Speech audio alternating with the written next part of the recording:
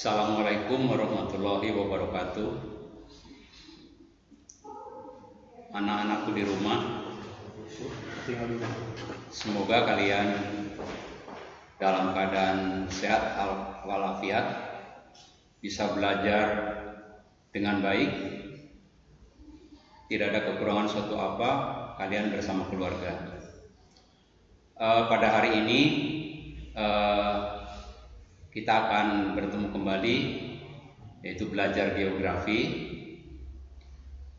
Mudah-mudahan kalian sudah mempersiapkan diri di rumah, alat tulis menulis, buku, kemudian buku paket kalian siapkan agar bisa belajar dengan baik. Sebelum kita belajar, marilah kita berdoa dulu. Doa mulai.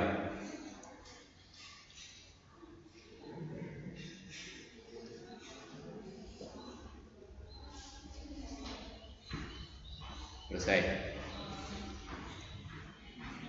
Marilah anak-anakku sekalian di rumah, kita akan belajar geografi, yaitu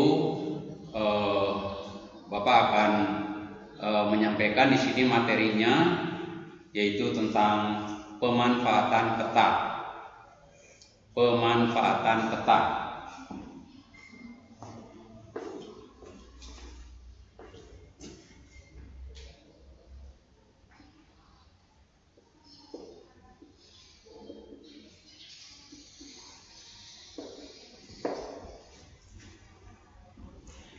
Namun sebelum kita mempelajari tentang pemanfaatan peta, tentu kita akan mengulang kembali materi yang sudah Bapak sampaikan yang lalu. Di sini kalau kita lihat pengertian peta, kita masih ingat semua, kita masih mengetahui semua pengertian tentang peta. Kira-kira adalah gambaran konvensional di permukaan bumi yang dilihat dari atas, yang diperkecil dengan skala, serta dilengkapi dengan simbol dan warna.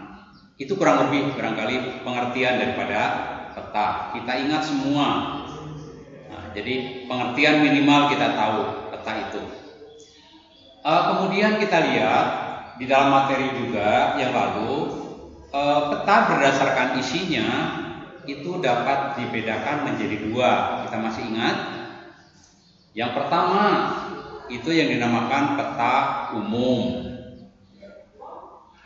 Itu yang pertama. Kemudian yang kedua itu yang dinamakan peta khusus. Atau peta umum di sana yang pertama sama dengan peta ikhtisar. Yang kedua peta umum atau dinamakan peta yang kedua adalah peta khusus atau dinamakan peta tematik. Nah, peta umum dan peta tematik atau peta khusus. Nah, di sini di dalam peta kita akan mempelajari tentang apa yang dinamakan peta berdasarkan isinya. Peta berdasarkan isinya, yaitu dapat dibedakan menjadi, tadi peta berdasarkan isinya dapat dibedakan menjadi dua tadi, yaitu peta umum dan peta khusus. Kemudian yang berikutnya di sini adalah peta berdasarkan skalanya, itu dapat dibedakan menjadi beberapa. Satu diantaranya yang dinamakan peta kadaster. Itu yang pertama. Yang kedua yang dinamakan peta skala besar. Yang ketiga yang dinamakan peta skala sedang. Kemudian yang keempat adalah peta skala kecil. Dan yang terakhir, yang kelima adalah peta skala geografis atau peta skala sangat kecil.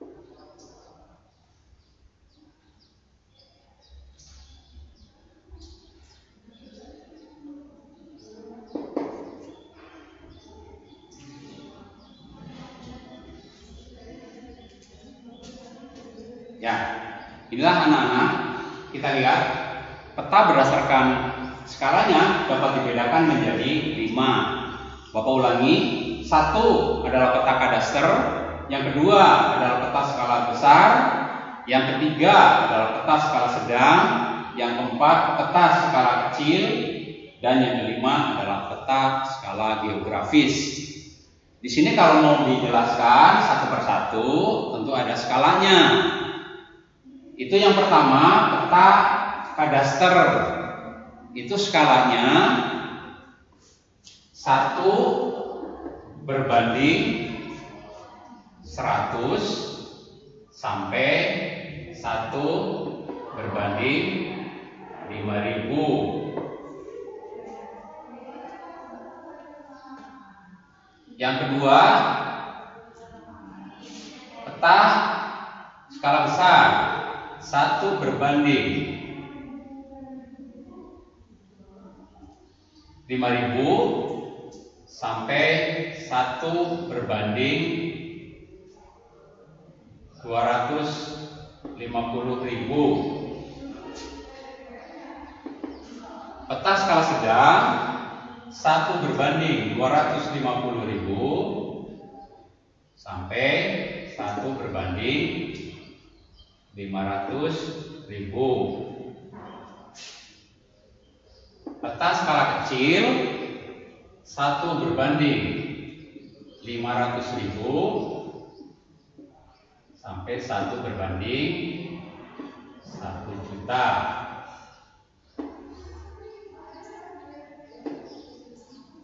Kemudian yang kelima, peta skala geografis adalah peta yang berskala lebih dari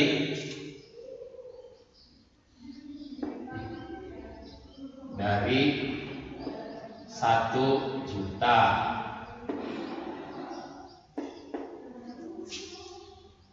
Ya, lebih dari 1 juta. 1 berbanding 1 juta lebih. Nah, disinilah yang perlu kita ketahui tentang peta berdasarkan skalanya. Nah, itu yang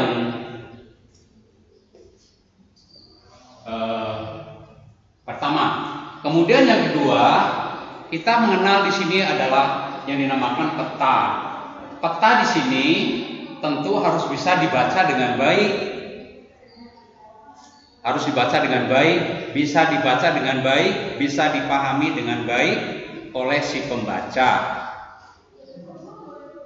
Tentu di sana ada komponennya. Komponen daripada peta.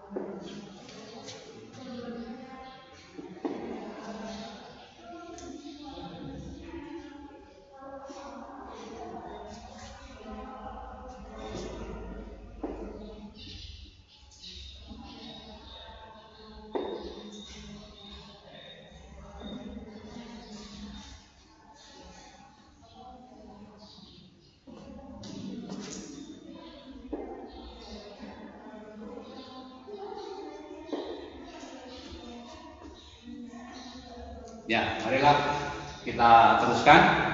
Di sana itu ada komponen peta. Jadi kalau peta itu bisa dapat dibaca dengan baik seandainya memenuhi komponen. Ya, komponen di sini ada beberapa. yang perlu kita ketahui di sini. Yang pertama yang dinamakan judul peta. Judul peta. Peta itu harus ada judulnya. Kalau peta tidak ada judulnya, kita akan bingung. Peta apa ini? Maka harus diberi nama. Misalkan peta Pulau Jawa, peta Kabupaten Pangandaran. Nah, itu judul peta. Yang kedua, skala peta. Skala peta. Jadi namakan skala peta di sini adalah perbandingan. Ya, perbandingan di peta dengan perbandingan yang ada di lapangan. Jadi peta, skala peta di sini adalah perbandingan objek, perbandingan yang ada di peta dengan objek yang sebenarnya. Maka tadi dikatakan di sini akan pakai skala 1 berbanding 100. Artinya kalau di sini diartikan 1 cm di peta sama dengan 100 cm di lapangan, atau arti yang sebenarnya. Nah, itu yang dinamakan skala peta. Yang kedua, yang ketiga adalah orientasi peta. Orientasi peta. Orientasi itu pengenalan ya. Jadi peta itu harus mengenal. Jadi kalau peta itu harus mengenal, nah ya ini Bapak bawa. Di sini ada yang dinamakan kompas. Nah ini kompas. Kompas ini adalah untuk menunjukkan arah. Jadi arah yang dimaksud di sini adalah arah utama. Jadi utara, selatan, barat, dan timur. Nah jadi ini adalah kompas. Jadi ada subnya di sana. Ada tenggara, ada timur laut, ada barat daya, dan barat laut. Nah, di sini orientasi peta. Jadi dikenalkan ada arah mata angin kalau di peta itu. Kemudian yang keempat, di sana adalah sumber peta. Jadi kalau kita melihat peta, sumbernya itu dari mana? Sumber peta itu dari mana? Jadi ada sumbernya. Sumbernya dari mana? Mungkin ada tahun pembuatan petanya, tahun berapa dibuat peta tersebut. Nah, itu sumber peta. Kemudian di sana ada inset. Inset di sini adalah menggambar peta pada objek utama. Kemudian objek tersebut tidak tergambarkan secara keseluruhan, maka harus disisipkan ke objek yang ada. Maka nanti nampak gambarnya lebih besar. Artinya skalanya dirubah di dalam inset itu. Ya, itu dinamakan inset. Jadi kalau menginset ada negara kita, negara pulau-pulau. Kalau kita menggambar itu, kepulauan Indonesia tidak tergambar semua. Nanti ada pulau yang diinset ke peta utama. Supaya gambarnya lebih jelas, maka dirubah skalanya. Tidak sama dengan skala utama. Nah, yang keenam di sana adalah legenda. Legenda peta. Jadi kalau kita sudah bisa membaca legenda peta semua itu, maka di sana itu ada keterangan daripada peta yang ada. Misalkan warna air laut, kemudian ada nama kota, ada nama pelabuhan, ada nama bandara. Nah, itu ada dimuat di dalam legenda, termasuk ketinggian suatu tempat ada di dalam legenda. Nah, kemudian yang ke-7 di sana ada simbol peta. Tadi di pengertian itu dimunculkan di sana. Ada simbol, dilengkapi simbol dan warna. Nah, di dalam peta di sana itu ada simbol. Simbol-simbol yang ada di dalam peta. Kita masih ingat barangkali simbol-simbol daripada peta di sana ada 4. Yaitu 1 adalah simbol titik, 2 adalah simbol garis, yang ketiga adalah simbol area, kemudian yang keempat adalah simbol volume. Nah, itulah komponen-komponen yang ada di dalam peta. Jadi kalian coba Di papan tulis ini kalian amati. Nah, setelah diamati nanti Bapak lanjutkan kembali.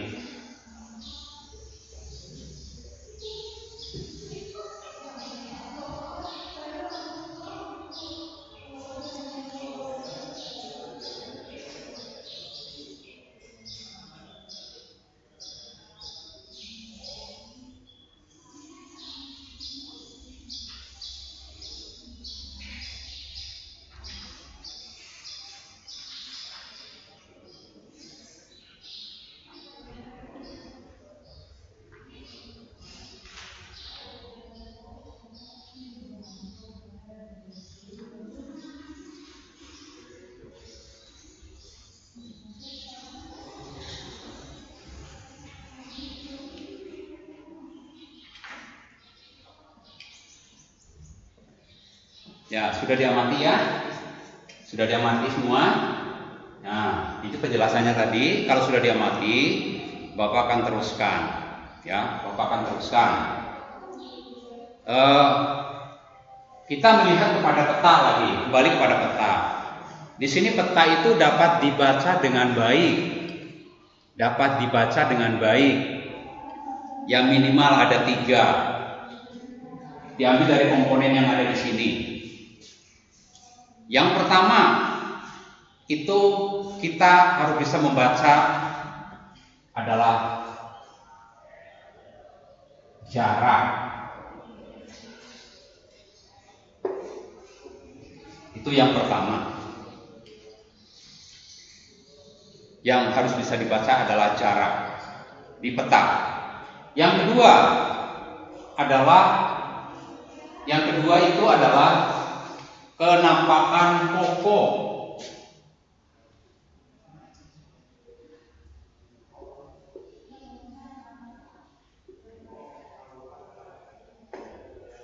Kenampakan pokok. Dan yang ketiga di sini adalah arah. Jadi minimal ada 3. Peta itu dapat dibaca dengan baik, minimal ada 3 dari komponen yang ada di sini. 1 jarak, 2 penampakan pokok, yang ketiga adalah arah. Mari kita jabarkan satu persatu. Misalkan jarak yang ada di peta ini berarti dari skala. Tadi ada perbandingan peta dengan di lapangan. Sekarang jarak. Misalkan di sini, Bapak ambil contoh.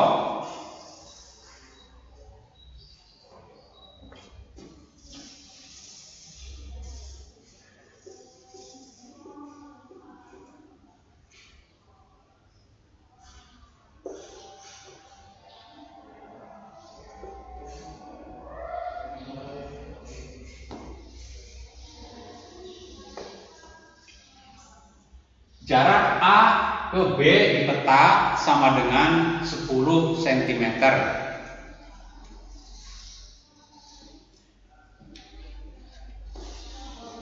Skala petanya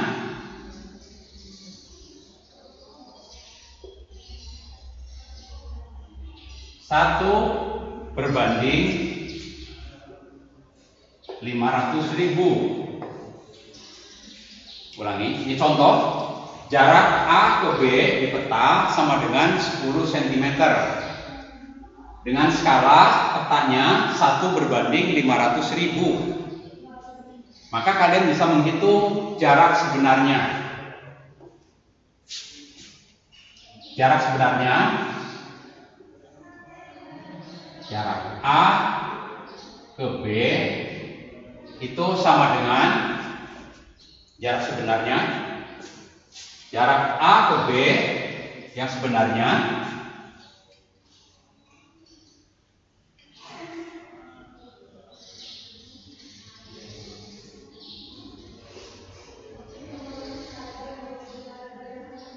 sepuluh cm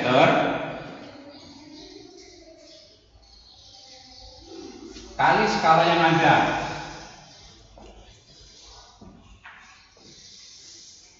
Nah, pindahkan ya bahwa jarak A ke B sebenarnya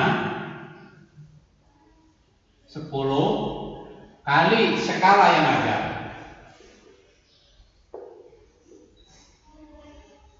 Sama dengan 10 berarti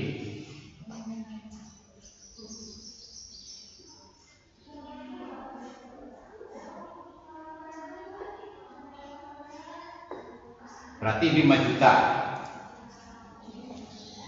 sentimeter.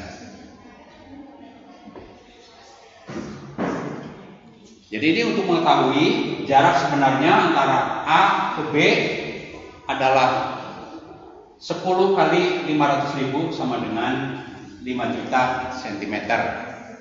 Nah, itulah jarak yang sebenarnya dari A ke B.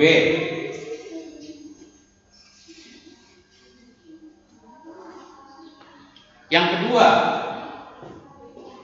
kedua di sini ada kenampakan pokok. Yang dimaksud dengan kenampakan pokok pada peta di sana adalah objek yang ada di dalam peta. Kita sering baca di sana kenampakan itu biasanya laut, ya itu nampak warnanya biru. Kemudian danau, kemudian sungai, kemudian gunung, dan lain sebagainya. Itulah kenampakan pokok yang ada di dalam peta. Kenampakan pokok yang ada di dalam peta. Nah, kemudian yang berikutnya, yang ketiga, itu adalah arah. Ya, arah yang dimaksud di sini adalah kita bantu dengan yang tadi yang dinamakan kompas. Nah, kompas ini adalah ada 4 arah utama dan ada 4 sub arah. Yaitu ada utara, selatan, barat, dan timur. Ya.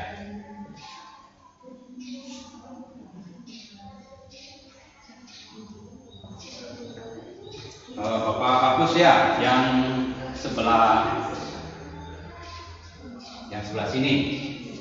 Ya, ini aja lah ya. Bapak hapus.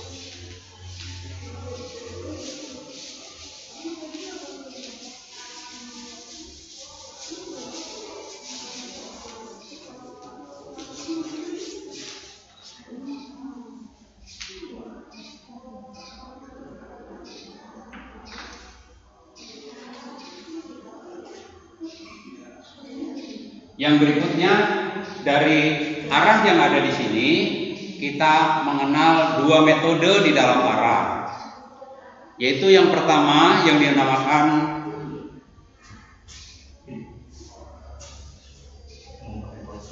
model bearing.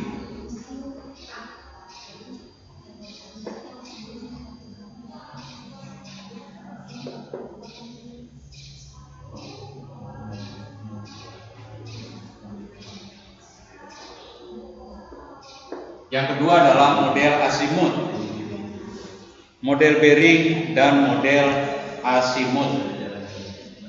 Kalau kita lihat model bearing adalah model yang dikembangkan untuk mengetahui arah.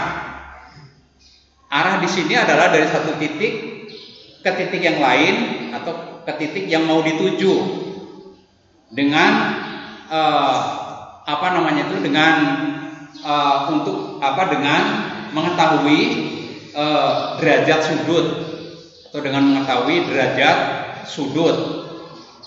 Yang dimaksud dengan derajat sudut di sini adalah sudut derajatnya berapa gitu. Maka di sini untuk bearing adalah mulai dari arah utara menuju ke titik yang dituju ke arah timur, kemudian ke arah selatan, kemudian ke arah barat, kemudian ke arah utara kembali.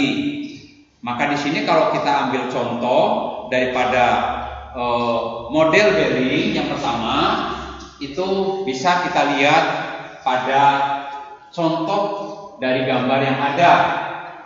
Karena di sana itu sesuai dengan arah jarum jam. Jarum jam itu dari kiri ke kanan. Maka kita buat di sana garis horizontal, garis vertikal, kemudian garis horizontal. Nah, misalkan kita berada pada titik A, sini misalkan, ya titik A. Ini buatkan sederhana saja di sini. Ya. Kemudian kita beri nama yang vertikal dengan yang horizontal sesuai dengan tadi arah angin atau orientasi tadi. Yang vertikal diberi nama utara, sedangkan yang horizontal di sana diberi nama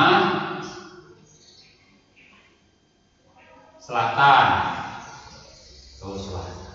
timur.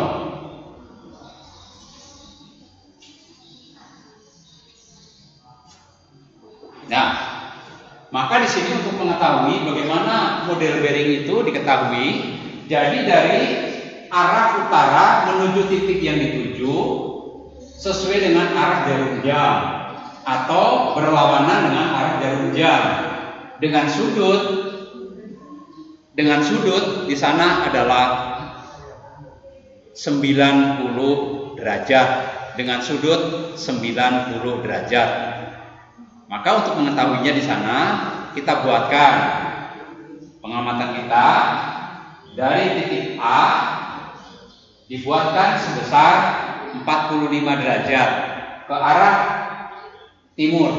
Jadi besarannya di sini adalah dari 0 sampai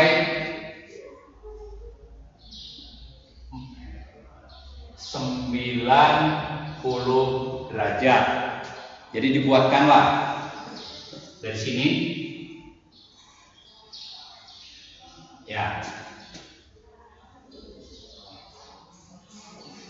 misalkan ini B, titik B, atau titik apa saja sebagai pengganti.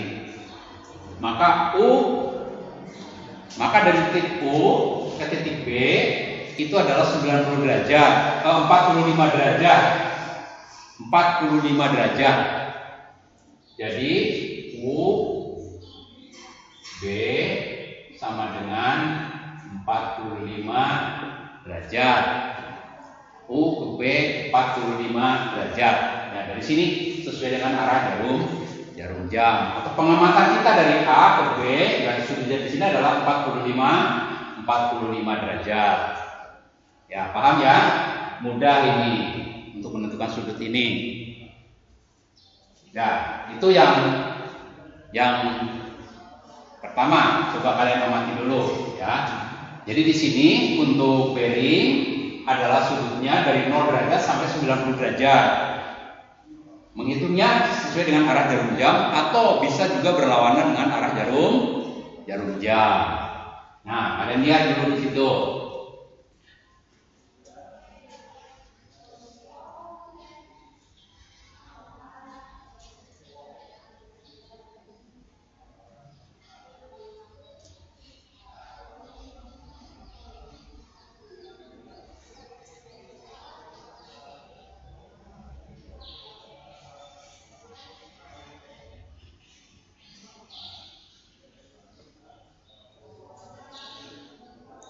Ya, sudah ya. Nah, kalau sudah, Bapak teruskan yang kedua. Bapak ke sini ya. Nah, yang ini.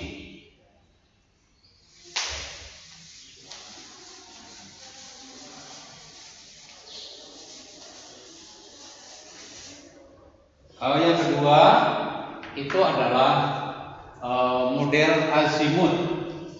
Model azimut.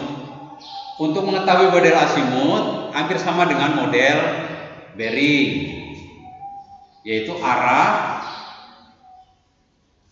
menuju titik yang dituju, Ya, arah menuju pada titik yang dituju.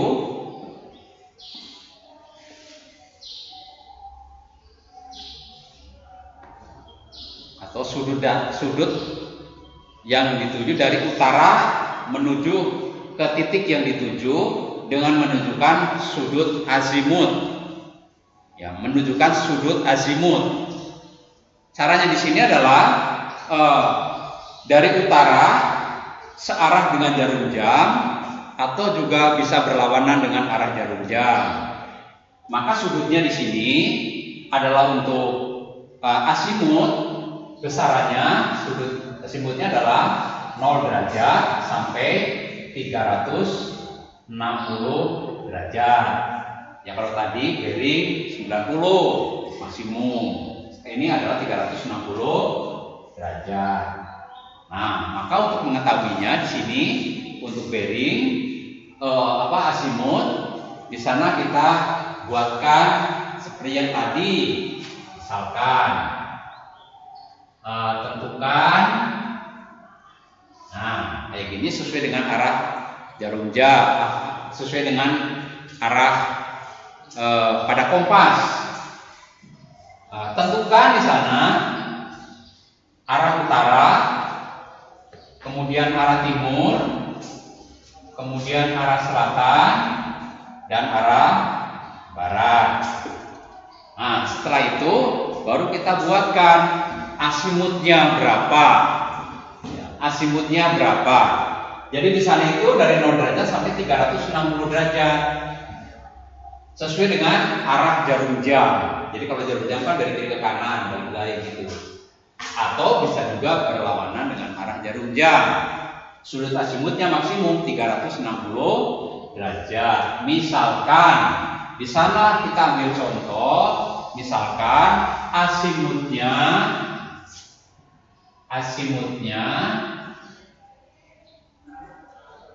135 derajat. Nah, kita buatkan di sini 135 derajat azimut. Sudut azimut 135 derajat. Jadi kita buatkan dari utara ke arah timur, ke arah selatan, dan sampai ke arah utara kembali. Berarti dibuatkan di sana. Nah, kira-kira ini kalau kira-kira digambar begitu. Jadi dari U ke T itu kan 90 derajat. 90 ditambah 45 berarti 135. Jadi kita buatkan di sini. Ya, sampai titik ini. Misalkan di sini dibuatkan titik L. U sampai L berarti 135 derajat. Itu adalah azimut atau sudut azimut. Ya. Kalau misalkan sampai ke sini berarti sampai U kembali berarti 360 derajat. Berarti 0 derajat berintip dengan 360 derajat. Dari sini muter ke sana lagi. Kembali lagi bisa. Jadi di sini membedakannya, kalau di dalam bearing adalah 90 derajat, kalau di dalam azimut adalah 360 derajat. Ya, coba kalian amati lagi dalam gambar.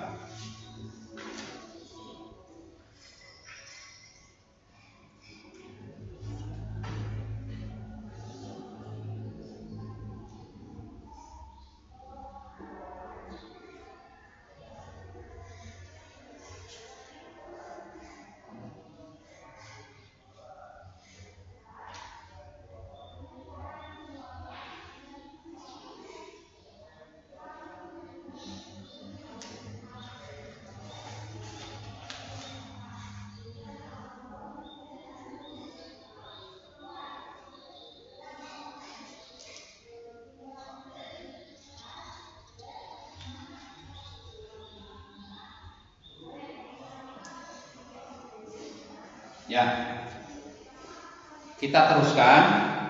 Kalau misalkan kalian nanti ada membaca dari buku yang lain, misalkan di sana itu tadi Bapak sampaikan ada jarak, ada penampakan, ada arah. Tapi ada lagi kalau mau ditambahkan boleh di sana. Yang keempat di sana adalah lokasi. Jadi kalau belajar peta itu adalah belajar lokasi. Lokasi suatu tempat. Bapak hapus ini ya. Nah, Bapak hapus kalau sudah ini. Mau ditambahkan boleh. Di sana adalah lokasi. Misalkan di sini yang keempat. Lokasi atau tempat boleh. Ya. Lokasi atau tempat. Kita tahu semua lokasi dan tempat. Ada dalam asimut dan birin dari masuk. Kemudian yang kelima, yang terakhir, itu kita sering membaca peta adalah peta apa namanya? Peta ketinggian. Nah, ketinggian.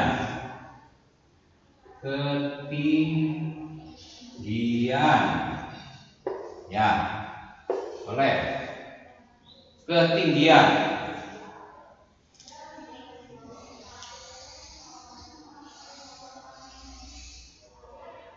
Jadi suatu tempat biasanya diketahui ketinggiannya.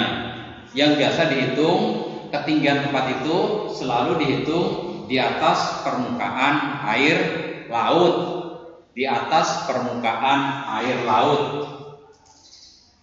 Ya, di atas permukaan air laut. Di dalam peta ketinggian biasanya di sana kita mengenal ada apa namanya itu? Ada tinggi tempat. Kemudian yang kedua ada triangulasi. Kemudian yang ketiga ada kontur.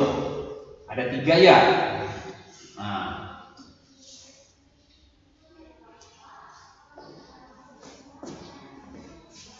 ada 3. Yang pertama ketinggian tempat. Yang kedua triangulasi.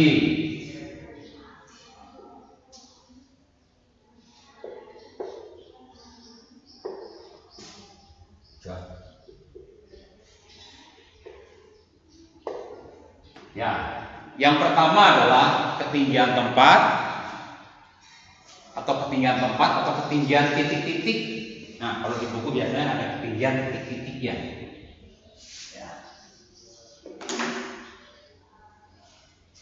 Ketinggian titik.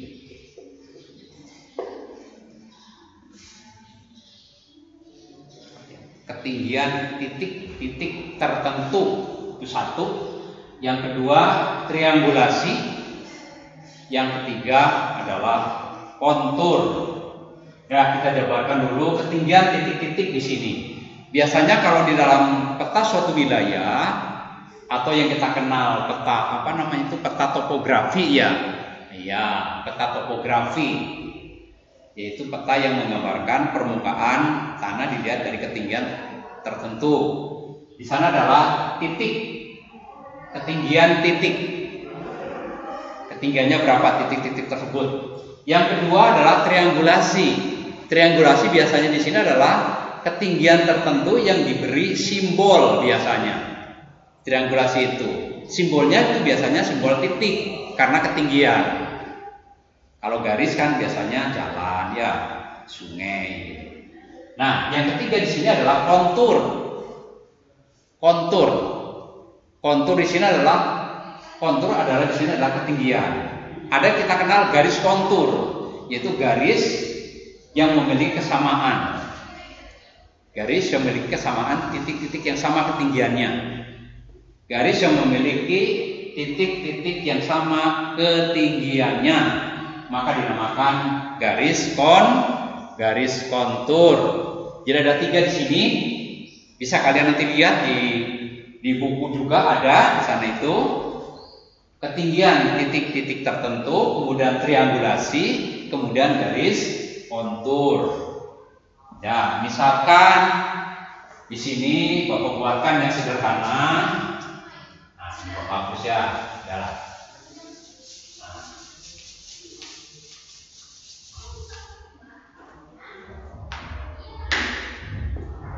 misalkan ada wilayah tertentu dibuatkan, yang sederhana saja. Ya.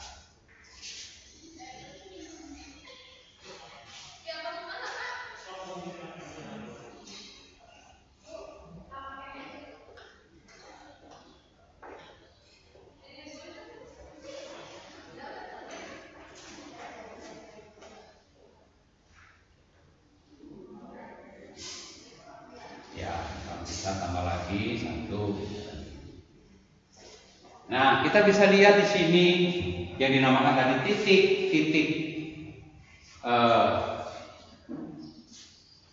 tertentu. Kemudian yang kedua adalah triangulasi, yang ketiga adalah garis kontur. Kita lihat di sana pada ketinggiannya misalkan. Nah, ini titik-titik yang sama yang memiliki ketinggian yang sama. Nah, ini intervalnya di sini, dari sini ke sini, ke sini, ke sini, ke sini. Misalkan ditulis di sana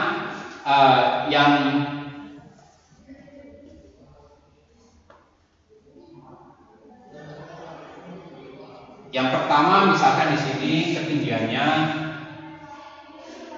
600, di sini 500 meter misalkan, di sini 400 meter, ke sini 300 meter, yang ke sini 200 meter, yang terluar di sini adalah 100 meter. Nah, jadi di sini kita bisa melihat mana triangulasi, mana titik-titik, mana garis kontur. Maka kita lihat bedakan di sini. Nah, jadi daerah-daerah yang ada di sini memiliki ketinggian yang sama. Karena di daerah yang 600 meter misalkan di sini, ada daerah yang sedikit tinggi, bervariasi, tidak dihitung di sana. Ada simbol di sana, simbol titik. Nah, inilah yang dinamakan triangulasi. Ya, triangulasi. Nah, itu. Kemudian yang berikutnya, yang ini misalkan, nah, ini ketinggian, ini ketinggian.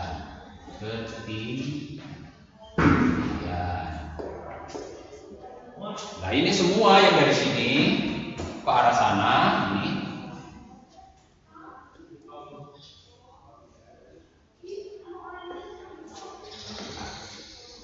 ini dari sini, semua ini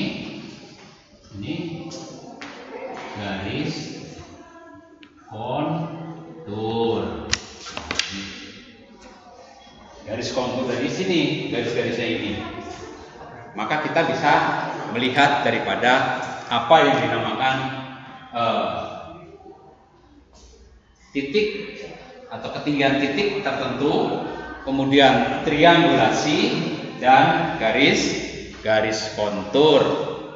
Nah, inilah kalau kita ini jabarkan, gambar ke bawah bisa dibuatkan ke bawah itu dibuatkan seperti ketinggian suatu tempat ke bawah. Nanti ini angka-angkanya dibuat ke sebelah kiri, buat ke sini. Jadi ketinggian di sini akan sama dengan yang di sini. Ini kan profil dari atas, tidak dari atas. Nah, itulah pemaparan apa yang Bapak sampaikan di sini. Tentu kalian bisa memahaminya, ya, bisa memahaminya. Nanti di sini kalian dari 12 IPS 1 sampai IPS 4 kalian absen, nanti dicatkan ya, di absen. Kemudian yang nanti belum masuk ke grup, masuk ke grup.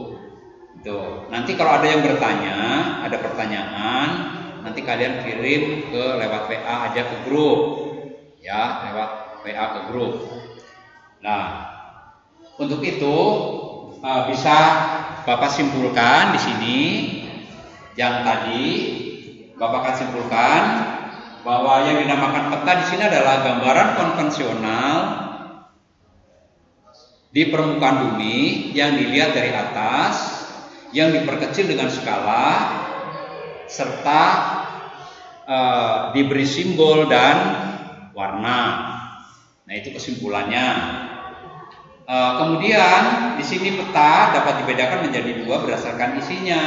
Ada peta umum dan peta khusus. Peta umum dibedakan menjadi dua, yaitu peta orografi dan peta topografi. Sedangkan peta khusus adalah peta yang bersifat khusus yang menggambarkan permukaan bumi. Contohnya adalah peta pertanian, atau peta perkebunan, atau peta pariwisata. Nah, itu kesimpulan yang ada di dalam materi pertemuan pada hari ini. Ya, untuk itu Bapak akan akhiri. Sekian, assalamualaikum warahmatullahi wabarakatuh.